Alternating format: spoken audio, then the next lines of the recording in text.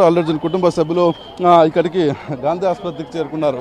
అయితే ఆయన కోసం ఆయనను చూసేందుకు పెద్ద ఎత్తున ఆసుపత్రి సిబ్బందితో పాటు ఆయన అభిమానులు కూడా గాంధీ ఆసుపత్రికి పెద్ద ఎత్తున చేరుకున్నారు. చూసుకోవచ్చు వందలాది మంది గాంధీ ఆసుపత్రిలో అల్లు అర్జున్ ఫ్యాన్స్ ఆయనను చూసేందుకు ఇక్కడికి రావడం జరిగింది. ఆయన చూసేందుకు వచ్చిన తర్వాత ఆయన మెడికల్ పరీక్షలు పూర్తి చేసుకొని బయటికి వెళ్ళే క్రమంలో ఆయన చూసేందుకు అభిమానులు పెద్ద ఎత్తున ఎగబడ్డారు. అయితే పోలీసులు పటిష్టమైన బందోబస్తు ఏర్పాటు చేసి వాహనాలకు ఎవరు అడ్డుపడకుండా ముందస్తు చర్యలు తీసుకున్నారు.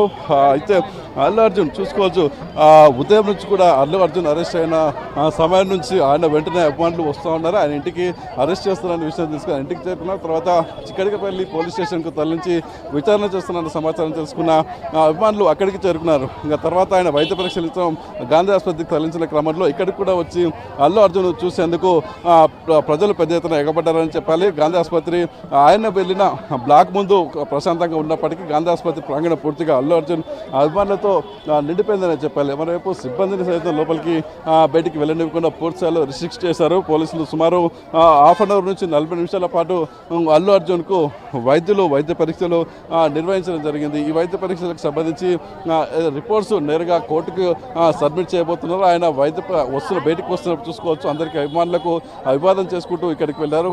ఆయన పూర్తి స్థాయిలో ఫిట్గానే ఉన్నట్టుగా కనిపిస్తుంది. అయితే అభిమానులు ఎవరు ఆందోళన చెందొద్దు అన్న సంకేతాలు మాత్రం ఖచ్చితంగా అల్లు అర్జున్ ఆయన అభిమానులకు ఇస్తూ వెళ్ళడం మనం విజువల్స్ చూసాం. గాంధీ ఆసుపత్రిలో వైద్య పరీక్షల నుంచి బయటికి వచ్చిన తర్వాత ఆయన అభిమానులందరికీ హ్యాపీగా అభివాదం చేసుకుంటూ మరోవైపు ఎవరికి తాను బాగానే ఉన్నాను అన్న సంకేతాలు మాత్రం కూడా ఆయన అభిమానులకు ఇచ్చి వెళ్ళారు. అయితే దీనికి సంబంధించి ఇప్పటికే నాంపల్లి కోర్టుకు మరి కాసేపట్లోనే అల్లు అర్జున్ చేరుకోబోతున్నారు. అక్కడ విచారణ జరుగుతూ అక్కడ సంబంధించి హీరింగ్స్ వినబోతున్నారు జడ్జి. తర్వాత 4 గంటలకు క్వాష్ పిటిషన్ అయితే తనకి కేసుతో సంబంధం లేదు, తను నేరుగా ఎవరిని అక్కడికి రమ్మని చెప్పలేదు. తర్వాత ఘటనకు తాను బాధ్యుని కాను అన్న వివరాలు హైకోర్టులో ఆయన తరఫు లాయర్లు వినిపించబోతున్న నేపథ్యంలో ఏం చేస్తుంది హైకోర్టు 4 గంటల తర్వాత క్వాష్ చేస్తుందా లేదంటే కింది కోర్టు ఎలాంటి తీర్పునిస్తుంది, మరి కాసేపట్లో ఆయన కోర్టులో ప్రవేశపెట్టబోతున్న నేపథ్యంలో ఈ కోర్టులో ఆయనకు అనుకూలంగా ఏమైనా తీర్పు వస్తుందా లేదంటే